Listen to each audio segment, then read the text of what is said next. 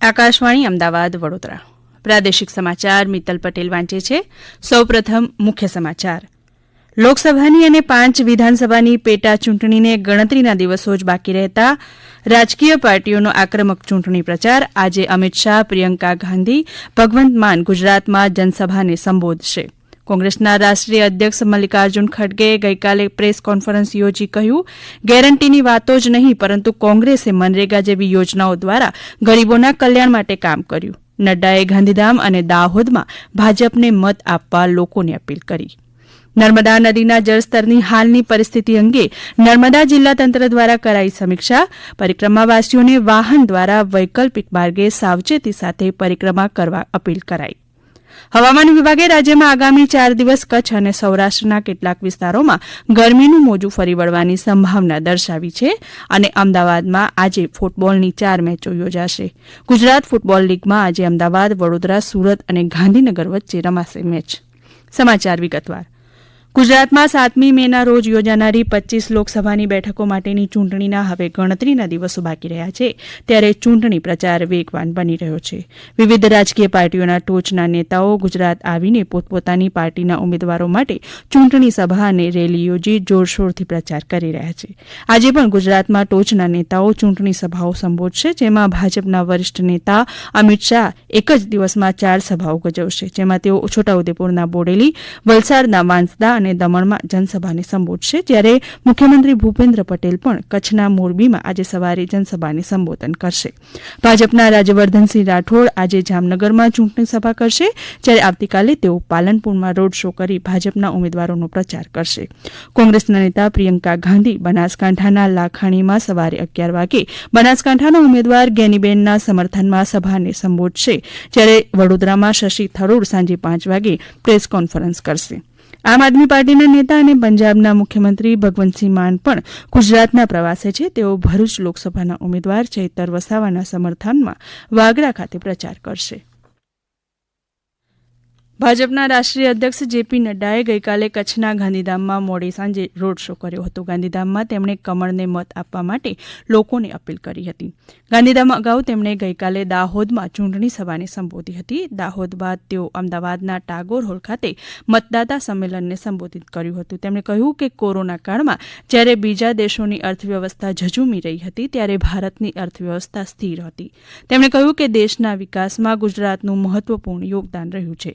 જ્યારે કોંગ્રેસના નેતાઓ પણ પૂરજોશમાં પ્રચાર કરી રહ્યા છે. કોંગ્રેસના રાષ્ટ્રીય અધ્યક્ષ મલ્લિકાર્જુન ખડગે પણ ગુજરાતના પ્રવાસે હતા. તેમણે અમદાવાદના પાલડી સ્થિત કોંગ્રેસ ભવન ખાતેથી પત્રકાર પરિષદ સંબોધી હતી અને ભાજપ પર પ્રહારો કરતા કહ્યું કે કોંગ્રેસે મનરેગા જેવી પ્રજાલક્ષી યોજનાઓ અમલમાં મૂકી, જેનો લાભ આજે પણ ગરીબોને મળી રહ્યો છે.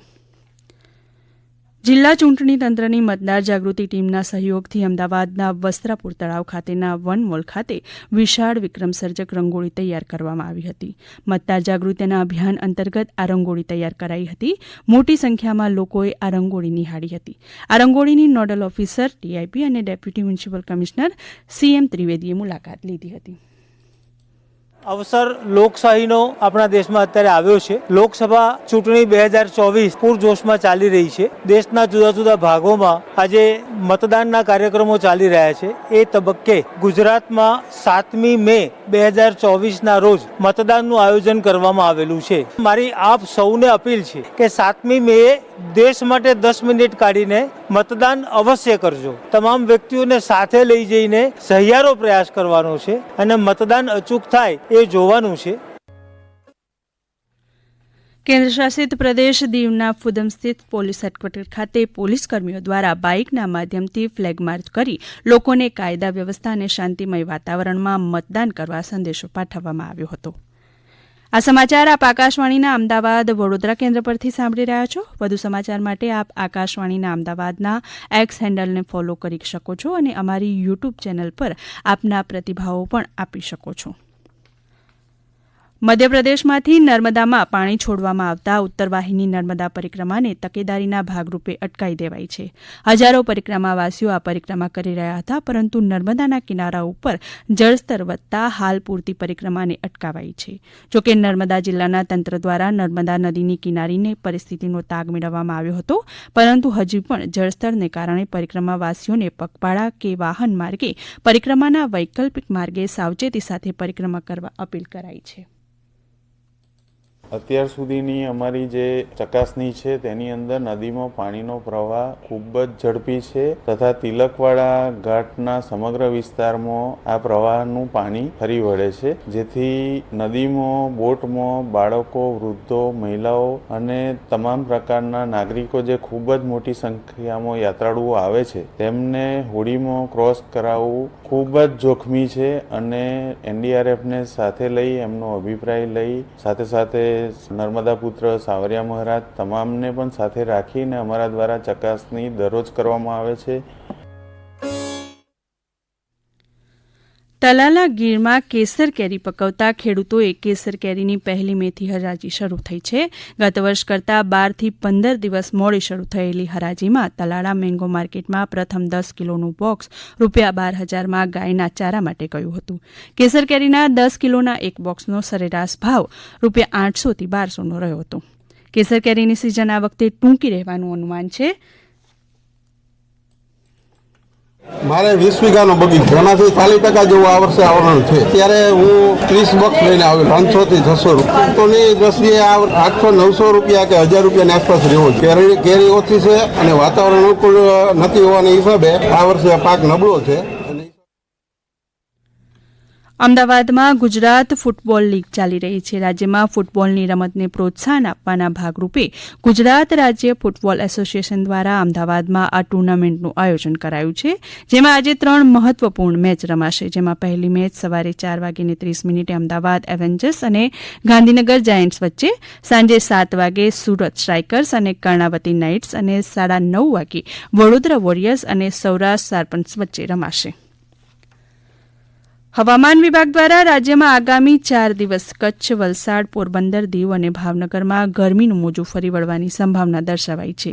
દરમિયાન કચ્છ અને સૌરાષ્ટ્રના ઘણા વિસ્તારોમાં મહત્તમ તાપમાન સામાન્ય કરતાં 1 થી 3 ડિગ્રી વધુ નોંધાયું છે. સૌથી વધુ 42 ડિગ્રી સેલ્સિયસ મહત્તમ તાપમાન સુરેન્દ્રનગરમાં નોંધાયું.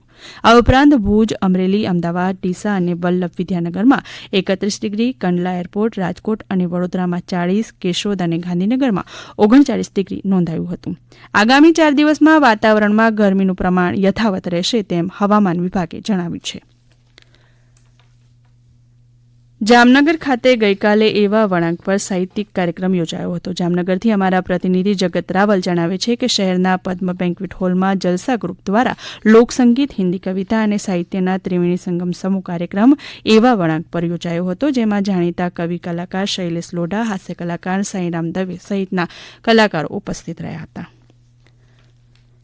કચ્છમાં ફરી એકવાર ભૂકંપનો આંચકો અનુભવાયો હતો. ગત મોડી રાત્રે ધરા ધ્રુંજી હતી. 2.7ની તીવ્રતાનું કંપન આવતા ધરતી ધ્રુંજી ઉઠી હતી. ગઈ મોડી રાત્રે 10:56 કલાકે આ કંપન આવ્યું હતું, જેનું કેન્દ્રબિંદુ ધોળાવીરાથી 4 કિલોમીટર દૂર નોંધાયું હતું. કેન્દ્રશાસિત પ્રદેશ દીવના બુચરવાડા વિસ્તારમાંથી સિંહને પાંજરે પૂરવામાં આવ્યો હતો. આ વિસ્તારમાં વારંવાર સિંહને ફરતો જોવા મળતા વિસ્તારના લોકોમાં ભયનો માહોલ સર્જાયો હતો. લોકોની રજૂઆતના આધારે વન વિભાગ અને જસાધારની ટીમ દ્વારા સિંહને બચાવાયો હતો. સિંહને બચાવી જસાધાર રેન્જ ફોરેસ્ટ ખાતે મોકલવામાં આવ્યો હતો. અંતમાં મુખ્ય સમાચાર ફરી એકવાર. લોકસભાની અને 5 વિધાનસભાની પેટા ચૂંટણીને ગણતરીના દિવસો જ બાકી રહેતા રાજકીય પાર્ટીઓનો આક્રમક ચૂંટણી પ્રચાર. આજે અમિત શાહ, પ્રિયંકા ગાંધી, ભગવંત માન ગુજરાતમાં જનસભાને સંબોધન કરશે. નર્મદા નદીના જળસ્તરની હાલની પરિસ્થિતિ અંગે નર્મદા જિલ્લા તંત્ર દ્વારા કરાઈ સમીક્ષા. પરિક્રમાવાસીઓ વાહન દ્વારા વૈકલ્પિક માર્ગે સાવચેતી સાથે પરિક્રમા કરવા અપીલ કરાઈ. અને અમદાવાદમાં આજે ફૂટબોલની 4 મેચો યોજાશે. ગુજરાત ફૂટબોલ લીગમાં આજે અમદાવાદ, વડોદરા, સુરત અને ગાંધીનગર વચ્ચે રમાશે મેચ. આકાશવાણીના અમદાવાદ, વડોદરા કેન્દ્ર પરથી પ્રાદેશિક સમાચાર પૂરા થયા.